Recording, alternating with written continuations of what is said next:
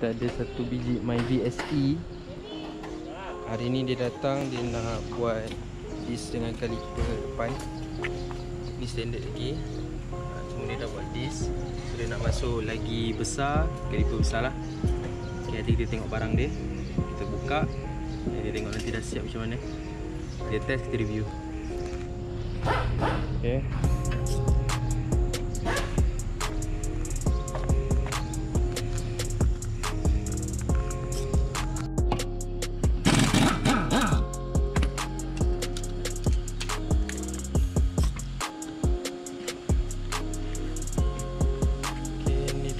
Asal dia di asal Myvi dengan Caliper asal.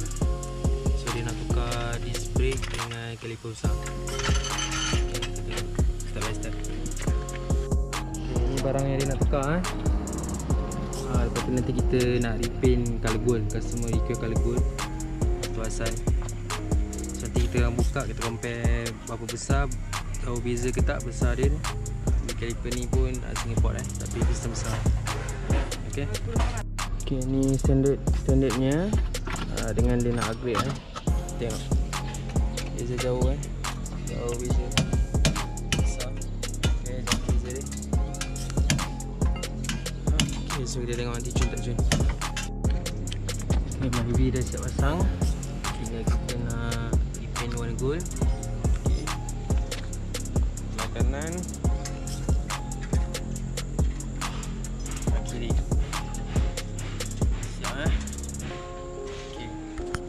Okay, so dah siap depan belakang, kita dah pasang, kita dah repaint. Kita tengok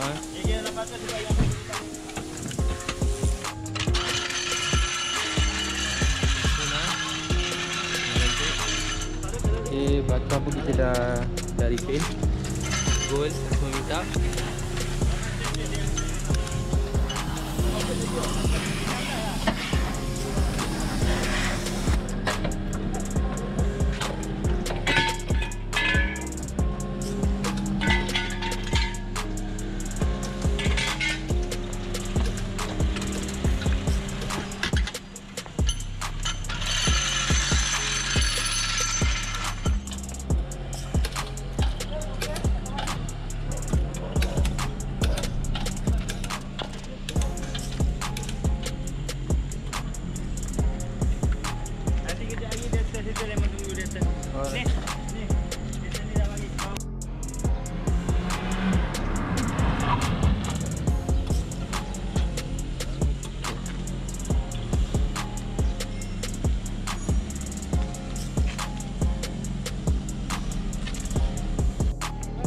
Dah siap siap, dia dah test.